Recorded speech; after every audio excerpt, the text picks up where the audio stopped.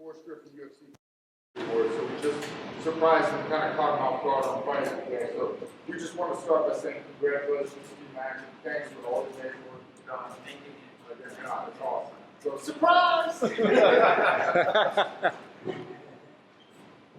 Well, Max, obviously we got a fight to talk about, but we got to start there, right? I mean, it's a pretty high honor to receive, right? What's the feeling like? I mean, I'm all out of it, to be honest. You know, to hear that, and I mean, I told them not to do it. Like, they should have not surprised me fight week. It's kind of messed up. I got so many emotions already, and they dropped this bomb on me, you know.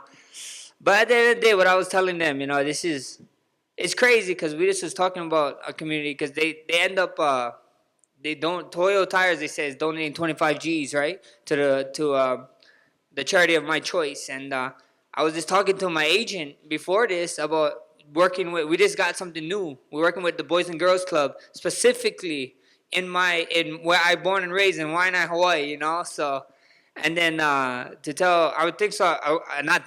to give them the whole thing. There's this program called What's Next, and it helps people to find out what they want to do next, if it's college or military or whatever it may be, you know what I mean, internships, whatever it is, that's what it goes to. So that's where it's going. And it's, you know I saw Dustin want it like 2 months ago, you know, and they told me I want it for next year. So it's, for this year. So it's just pretty sick, man, you know. And like I told them, it's not a trophy to hold above my head, you know. I'm not celebrating. You don't celebrate this. It's a responsibility to go on my shoulder to let me know, and it's a reminder to be like, you better keep pushing, you know.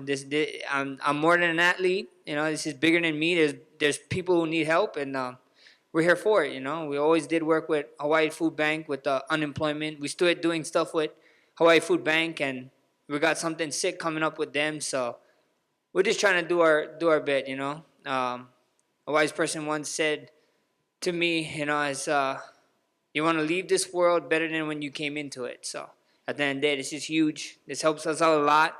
I know a bunch of kids in Waianae and Boys and Girls Club, when they hear about that, they're going to be pretty stoked. So I'm excited. That's awesome. What does it mean for you to be like so connected to your community, man? I mean, I think like you represent your community, where that's not always the case with people and with athletes. What does that mean to you? It means a lot. It means a lot to me, man. You know, I got a car, like a bright color car, so it means a lot when I'm driving up the road and you see all the kids, same kids. It's shocking, like, Max, you know. It's amazing, you know. I just wanted to always show everybody. You know, you call me biased all you want, but we have some of the most talented people in the world to play sports, or even smartest people in the world. They just don't know it, you know, and they don't know that what is beyond Hawaii, you know. Like, they just see somebody that they look up to, their uncles or aunties, whatever it may be, and they saw how far they went. They never left Hawaii, you know. And then now you get guys that be like, oh my gosh, look, like I always tell them, if I can do it, why not you guys? Why not you guys? You guys not that far off. I told you guys multiple times, I'm not the best fighter coming out of Waianae, Hawaii. I'm not the most athletic, the best athlete coming out of Hawaii, you know. It's just, I was just at the right time, the right place, and I worked my butt off for it. So, you know, just giving people hope. That's what life's all about. That's awesome, man. Well, congratulations on the award. Obviously a big fight, right? Another main event. I mean, nothing new to you. What's fight week like for you at this point in your career? I mean, are there still nerves, excitement, responsibility? What's it like for you? I mean, yeah, for sure, you know, nerves and everything. I mean, we're coming on that hard part, you know, Thursday tomorrow with the weight cut, and then the fun part is always Saturday, you know. The fun part is Saturday in the afternoon. We get to buggy a little bit earlier in the afternoon than late at night than early in the morning, I would say. So life's good on that part, but it's just another one, you know. It's just another fight, man. We've been here so many times, you know. But I'll be lying to you. You know what I mean? Any fighter would be lying to you if they tell you don't get nervous, you know. Of course you can get nervous. You're about to go out there, another man or woman, whoever you're fighting, whatever you are, it's going to punch you in the face. So it's time to get ready for it, you know. What's the build up to this fight been like for you? Like, obviously you had to withdraw early in the year when it was scheduled. Was that a tough decision for you? I mean, we don't think about you pulling out of fights. Was that a tough one for you, or was it like there was no way I could fight? Bro, it was there was no way. Like, my coaches they all came together. We got a PT guy. I got one of the best PT guy. I got doctors at that take care of me in Hawaii, and they was all like looking at me like telling me like, bro, you're not doing. I was telling them, what is it? What is it? You know. And they was like, yeah, not this time, Max. You know. So it's heartbreaking, you know, because you guys all know me. I like fighting 3 times a year. Try to squeeze in a fourth, and it's only the second one of this year. So, you know, slow and steady win the race, I guess sometimes, you know. And well, here we are. So I'm excited. Was it important for you to keep the matchup together, or did it really matter to you if it was the same name or not? I didn't matter, you know. I didn't care, you know. Like I said, I mean, I swear, I think you guys might all saw it.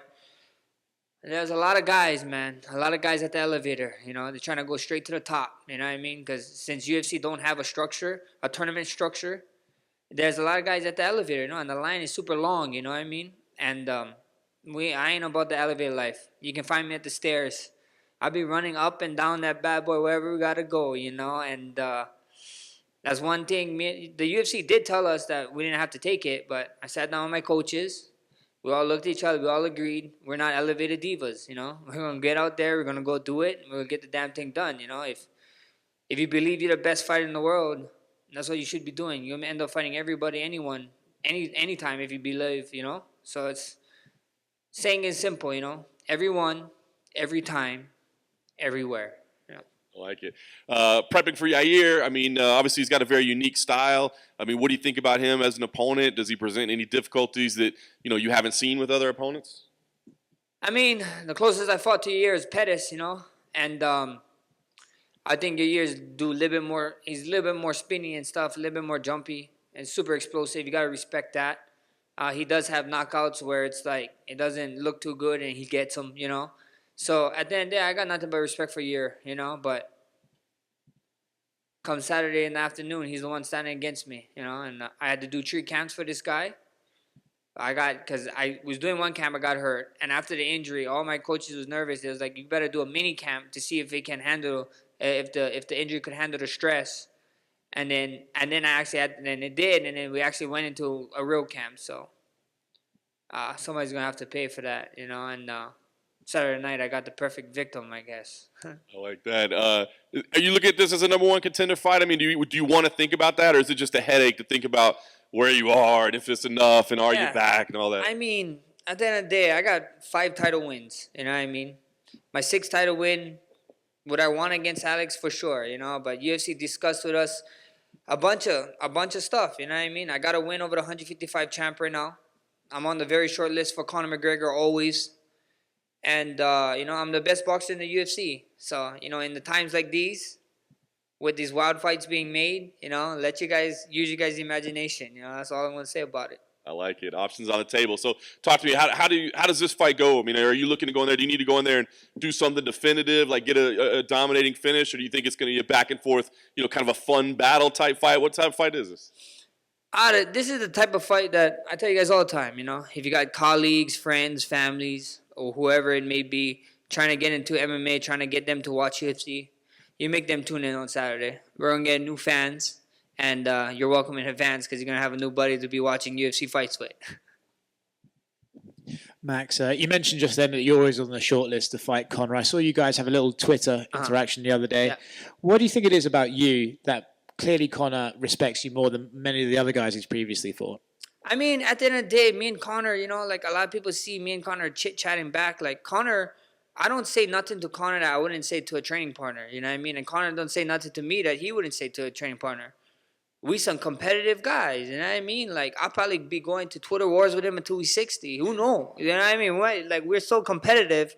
That's just how it is, you know what I mean? And I got nothing but respect for him, but it's just a competitive. We understand what it takes to be here and to actually compete at this level.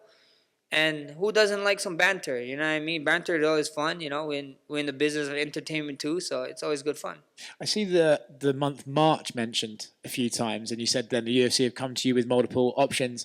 Have they actually spoke to you about maybe Conor in March, or is that some wishful thinking by you? I mean, I can't say nothing. You know, I mean, all I can say is just be ready, man. Use you guys' imaginations because it's going to be a great ride. At this point of your career, you know, you've been a champion so many times. Are you kind of looking for those fights, the 155 fights, the Conor fights, rather than maybe just fighting Alexander again, who you feel like you've already defeated? I mean, at the end of the day, like I told you, man, I got 5 title fight wins. You know, 6-1 beat him, but we see what happens. You know, we see what happens. I, I, I can't give away too much. You know, I can't give away too much. I'm here. We got Yair first. Task at hand. We could take care of him, and then on forward, whatever direction we go. Is the fight with Yair the puncher versus the kicker? Is it your boxing versus his spinny kicks? I mean, my last fight, I yelled, "I'm the best boxer in the UFC, baby." So I don't know. This fight, I might be yelling, "I'm the best striker in the UFC, baby." We're about to find out. You know what I mean? Or maybe I yell, "I'm the best grappler or best wrestler." Who knows? Who knows what you're gonna see? Tune in. Come Saturday night, it's gonna be a fun one. I just can't wait. Just as something is yelled. Something is being yelled.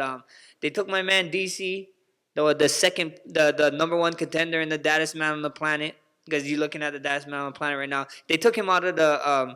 He's not fight side anymore. He told me that they told him that he does a little bit too much favoritism. So I guess I got a chit chat with my man Michael Bisping gonna be there. So he's gonna be getting yelled at about something. What do you make about Alex's suggestions that DC and the rest of the gang are a bit biased towards you? I mean, I don't know. You know, they said what they said. I kind of heard of it, but at the end of the day, like, go rewatch after the fight period. You know what I mean? The CEO, you know, the president of the UFC said what most people were saying. You know what I mean? So at the end of the day, that's just that's just people's opinions. You know what I mean? It's just people's opinions, and if you're getting hurt by people's opinions, you're in the wrong sport. You know. Last thing for me, did you happen to see Daniel eating chicken fingers? Brother, oh my gosh, man. I saw Danny eating chicken fingers. I saw him eating popcorn. He told me he went to the Dr. Pepper headquarters and they gave him some special ingredient one. I'm like, Daniel, you need to slow down, brother. I told you any weight, any time, but come on, man. Let's be reasonable. He's just trying to get that advantage on you, bro. He's just putting on the weight. I'm telling you. He's going to just try lay and pray on me. Oh, good. Thank you, guys.